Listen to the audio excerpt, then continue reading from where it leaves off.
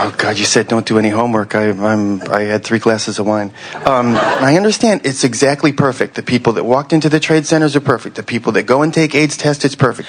However, and maybe it's just my desire, and I don't really care because I want the whole system to collapse anyway, because out of that will bring new flowers. But how do we, as these healers, tweak the machine so these people that are disconnected in this whole matrix of things, not individual, not self-perpetuating, but in this thing, how do we turn them on? Does that make sense?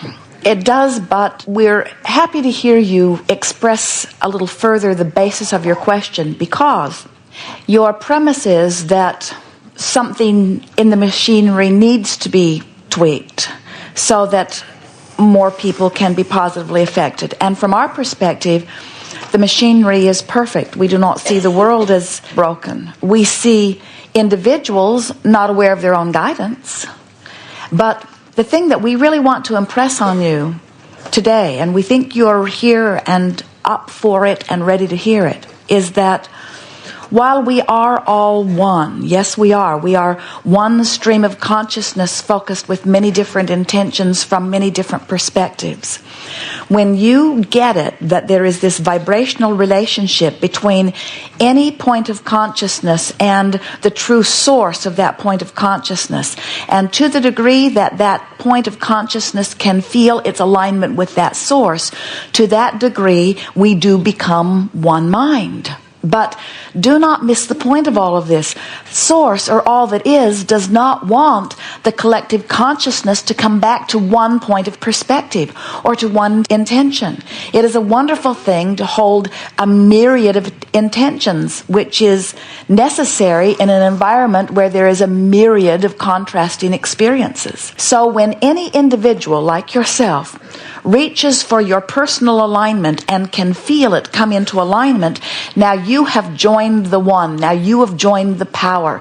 Now you have joined the collective force or source of well-being. And now you are providing for yourself that alignment, but you cannot provide that alignment for anyone else. Everyone else has their own individual guidance. You talked about how maybe it's unconscious. Maybe there are people that at an unconscious level are separated from their guidance. But we say nothing's really happening at that unconscious level, because if it is really inactive, then it is not part of your point of attraction. And if it is active, if something that matters to you is active in a contrasting way, you feel negative emotion. If something that matters to you is active within you in a beneficial, aligning way, you feel positive emotion. And if you're not feeling any emotion, then it's not active enough that it's a big player anyway. So unconscious things aren't happening to people. And if contrast is happening, all it's doing, it just makes a bigger mess of it, which makes you more consciously aware that there's something that you want to be different. In other words, it does not matter. The further from where you want to be you are, the stronger the rocket of desire you launch about where you want to be. And so you're saying, how can we get together and in a more effective way help more people realize the power of who they are and realize the clarity of who we are? And we say, through the clarity of your example, that's the way you teach it. And the thing that we so much want you frustrated teachers to hear is that if somebody is vibrating here on the emotional scale and you're vibrating here on the emotional scale, they cannot hear you. But out there somewhere is a teacher that's vibrating closer to where they are. And once they make that jump, there'll be a teacher who's vibrating closer to where they are. And once they make that jump, there's a teacher that's vibrating closer to where they are. And let's not any of us count one vibrational teacher as more beneficial than another, because everybody's where they are. That's why we say, make peace with where you are and let this journey, let your work be about aligning the vibration within you. And when you do, things straighten up for you right away. And people who are then ready for you find their way to you. And then you can say, well, let me tell you what I've come to know. I didn't always consciously know this, but I'm realizing that the better I feel, the better things go for me. And there were a lot of things that happened that I used to carry around like a badge of honor. They used to talk about and activate that I don't activate anymore because I don't want to keep bringing them into my experience. It's reaching the point where when you say you create your own reality, many people are agreeing, even though their next question is, well, if that's so, how do I do it? And when people are ready to understand that they do it, and they want to know how, then they're ready for the likes of you. But until then, the likes of you just irritates them. And you can't dabble in their experience. We know, we could feel it happening when we began talking with this fellow about how he could improve somebody else's game.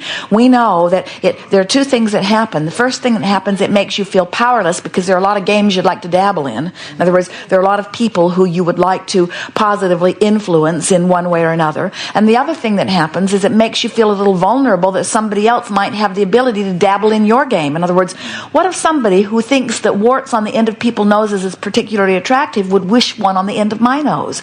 And what if they had the power to focus it there until it showed up? And we say, nobody can create anybody else's experience. All you can do is shine a spotlight on something they already want and then make the trail to what they are wanting easier for them to find it. But you cannot create in someone else's reality. However, I'm just going to throw this out because this is one question I asked. Then it gets into what is the truth? And who are the powers that are manipulating the 95% who are unconscious? My healer friend says 80%. But here is the thing. Everything is true.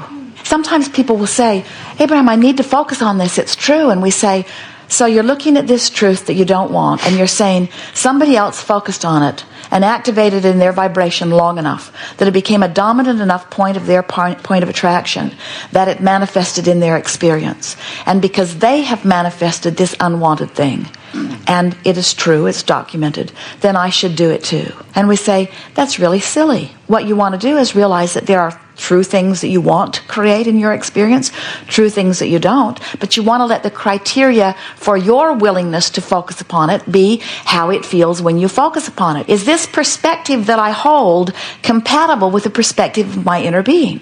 Every subject is really two subjects. There is what is wanted and absence of it. And you can tell by the way you feel which end of the stick you are vibrating near. And what we want you to hear is that your inner being and your source is always vibrating on the good feeling end of every stick. Your source wants and expects and knows your well-being. So when you get apart from that vibration, you cause a vibrational separation between you and your source. And everybody else is doing the same thing. We do not agree with the premise that 95% of the population is being manipulated by someone else. We don't agree that any percentage of the population is manipulated by somebody else because we don't agree that anybody else can vibrate for you. We do acknowledge that there are vibrational influences, and we also acknowledge that the majority of people offer the majority of their vibration in response to what they're observing. So therefore, we acknowledge that the platform on which you are standing is a very strong influential point, which is the same thing as saying most people offer most of their vibration in response to what they're observing. So they're observing what is, they're offering a vibration about what is, which causes them to equal a point of attraction about what is, so they manifest more of what is, they become a bigger component of what is, which means they observe more of what is, which means they offer a vibration about what is, which means law of attraction gives them more of what is, which means they observe more of what is, and which means they offer a vibration more about what is, which means law of attraction gives them more of what is, which means they offer a vibration more of what is, which means, and this is what you're sort of feeling uncomfortable about. But we want you to understand that everybody is free to offer a vibration, and these seminars and so many like them are about offering your vibration as the criteria of how the thought feels, not whether it is already manifested or not. You cannot create an improved reality by focusing completely upon the reality that exists. You cannot continue to think the same thoughts and make any changes in your life experience, you see.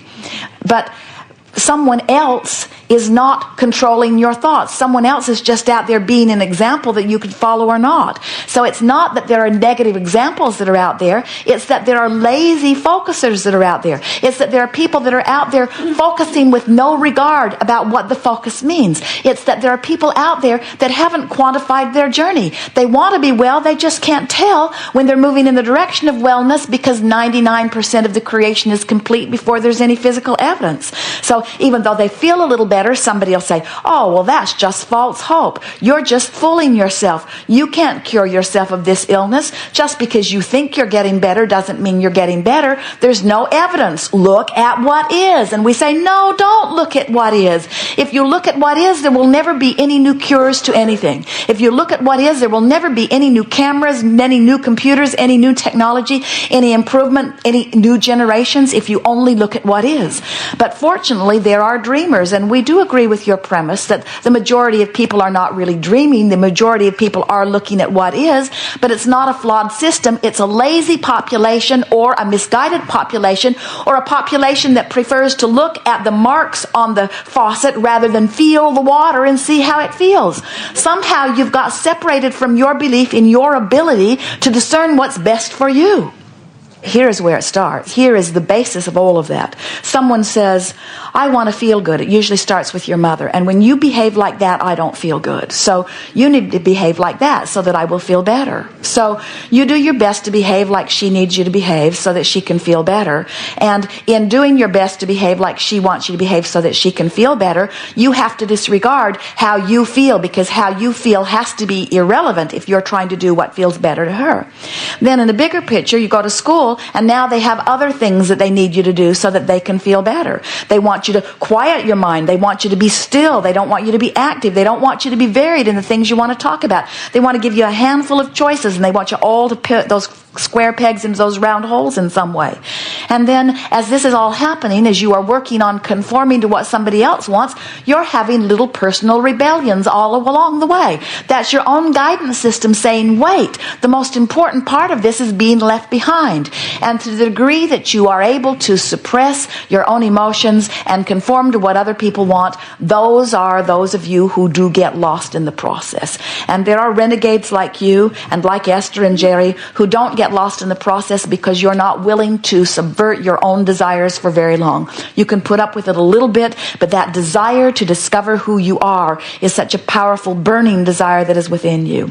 You are much more than you see here in these physical bodies. You are source energy who remembers all of this, you see. So it doesn't take very many of you out here on the leading edge, remembering who you are and beginning to practice it before you begin to activate things all over the place that other people who are beginning to become awake to it become activated to too. We just don't want you to see the world as broken.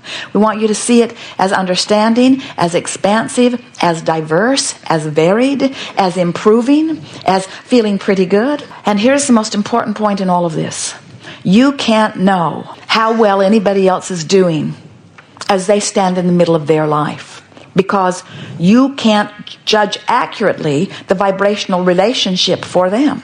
It's like you could take all that you know about living in this nation and you could go to an underdeveloped country and you would yearn for improvement in their life experience because you know how much better it could be. And you would suffer more for them than they are suffering for them, because your desire for them has skyrocketed in relationship with where they are, and their desire for them has not skyrocketed in relationship, because you cannot want beyond your contrasting ability to give birth to your own desires. So we think the reason that so many teachers are seeing this world more out of balance than before, even though we promise you it is not, is because your technology allows you to mix your world events. Your technology allows you to stick your nose in so many pies where your nose doesn't belong. Your technology allows you to evaluate so much that is beyond your scope of creation. And in doing so, you get yourself all out of whack on their behalf.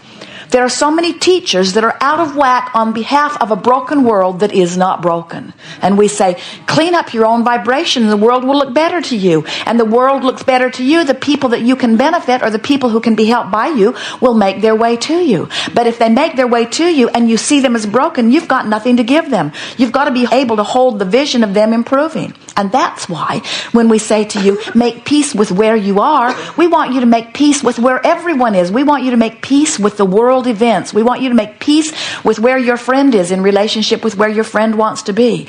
We want it to be all right where anybody is. So if you're a teacher, We want it to be all right with you where you are, because if it's not all right with you where you are, you will not be able to move from where you are into a better feeling place. So as a teacher, it has to be all right with you where anybody is, or you will not be able to guide them in another place. So Esther, as she saw this comedian languishing, she saw him frightened. She could feel that he was not in his stride and that he was not feeling good. As she watched him, she did not allow herself for very long to see him in his terrified space. Instead, she saw him as she knew him to be. She soothed herself by choosing, of all the possible pictures she could choose of him, one that matched the picture that he was reaching for. And when she did, she felt it click into place, you see.